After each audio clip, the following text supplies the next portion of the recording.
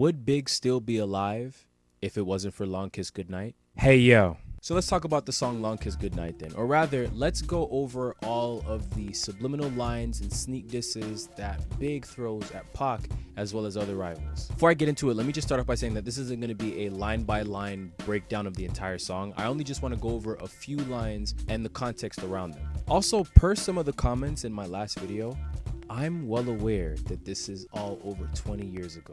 It's old news, but I'm a content creator and I talk about this type of stuff, so here we are. Thanks for the engagement nonetheless. So a lot of people aren't aware that the beat may sound familiar to some people.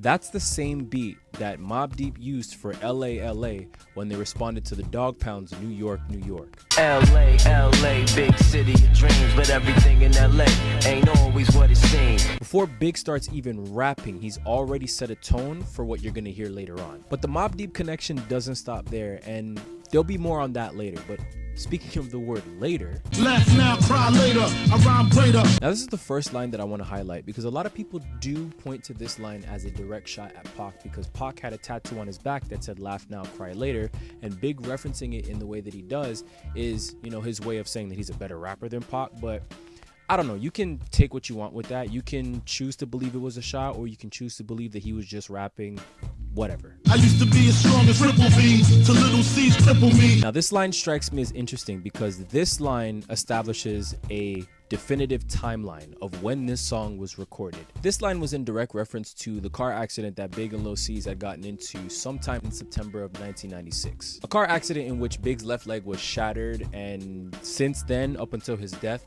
he had to walk around with a cane. Earlier that month, Tupac was shot and killed. 3 days after he died, I was in a car accident. I was in the hospital for 3 months. Which means Big recorded to put on the Life After Death album in 1997, sometime after Tupac passed away. And I can already hear the arguments against this. A lot of people saying, oh, Big must have wrote that song before Pac died or whatever. Big never wrote his songs, at least not physically. Many Big fans and hip-hop fans in general know that Big used to write his lyrics in his head, go in the studio, and then rap them as if he was freestyling. And it would only be done on the days that he was recording. Y'all know the rules, move from BK to New Jerusalem. Now this line strikes me as interesting because I feel like this was a subliminal shot at J. Rue the Damager, who was one of his other rivals during that time. I want my spot back, take 2. Motherfuckers mad cause I blew, niggas envy us. Too many niggas on my dick, shit strenuous. And I've seen bare people interpret this line as also a direct shot at Pac, simply because, you know, Pac comes out of jail, he drops All Eyes on Me and becomes the #1 guy in rap up until his passing, and now Big wants his spot back and he's saying take 2 because, you know, the word 2 or the number 2 is in Tupac's name, and take 2 meaning take Tupac. But here's the thing. During this time, there was a battle for New York supremacy. Who's the king of New York? And like I said, Big had other rivals outside of Pac. There was J. Rue, there was Nas, Raekwon, and Ghostface. Which, by the way, I'm now starting to believe that that gold teeth line in Dangerous MCs / The Ugliest was a shot at Raekwon, not ODB. When my men bust, you just move with such stamina. Slugs missed ya, I ain't mad at ya. Ain't mad at ya. Now this is the line that does it. This is the line that lets you know that Big was firmly and directly talking about Tupac. But how do you know that? Well, whenever Tupac referred to the quad incident where he got shot 5 times and survived, he usually mentions the fact that the shooters missed. I just want to tell you, you missed, motherfucker. Tell them tricks that shot me, that they missed, they ain't kill me. That's usually how he taunted the people who shot him, the people who set up the shooting, and the people who he believed knew about the shooting before it even happened. You owe me more than to turn his head and act like he didn't know niggas was about to blow my fucking head off. He knew. And of course, Big saying, we ain't mad at ya, couldn't make it more obvious than that. Catch cases, come out frontin', smoking something. Now this line is also a very interesting one, and I do believe that in some way, form, or fashion, he was throwing shots at Pac here. A lot of people, even to this day, are of the opinion that when Tupac came out of jail and was signed to Death Row Records, he was putting on this gangster persona and acting like somebody he wasn't. In other words, frontin'. And maybe Big harbored those same opinions. First, they tough. Then something happened to them. They turn to God. Then, when everything's cool, they tough again. I mean, Puff sure did. Ladies and gentlemen, give it up. Give him a round of applause. The Academy Award goes to the actor, Tupac Shakur. I'm flaming gats, aiming at you fucking maniacs. Put my name in raps. What part the game is that? Like they hustle backwards. I smoke backwoods and Dutchies. You can't touch me.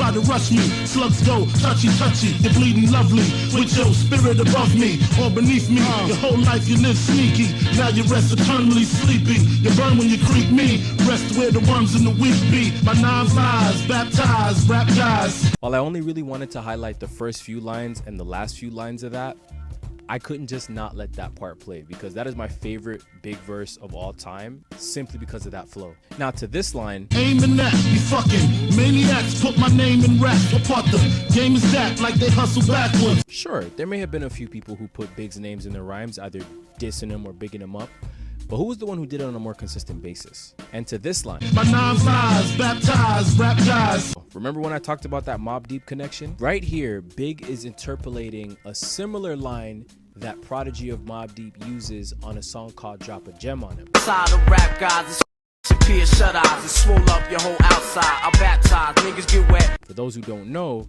Drop a Gem on Him was Mobb Deep's response to Tupac's Hit 'Em Up. So now think about the layers for a moment. Not only is Big rapping over the same beat that Mobb Deep used to respond to the Dog Pound, who was also on Death Row with Tupac, but Big is also in this song referencing lines that Mobb Deep used on a song directed towards the person that they all had problems with. How could that not be a sneak diss? Now, if you made it this far into the video, I want to end this with a question, with something to think about, something to mull over, but I'm going to do what I do best and apply some context. On March 1st, 1997, Notorious B.I.G. was on the Wake Up Morning Show with Sway. In his interview, he briefly spoke about Tupac and then gave a freestyle where he rapped lyrics from Long Kiss Goodnight. And in case you're wondering, When my men bust, you just move with such stamina. Slugs missed ya, I ain't mad at ya.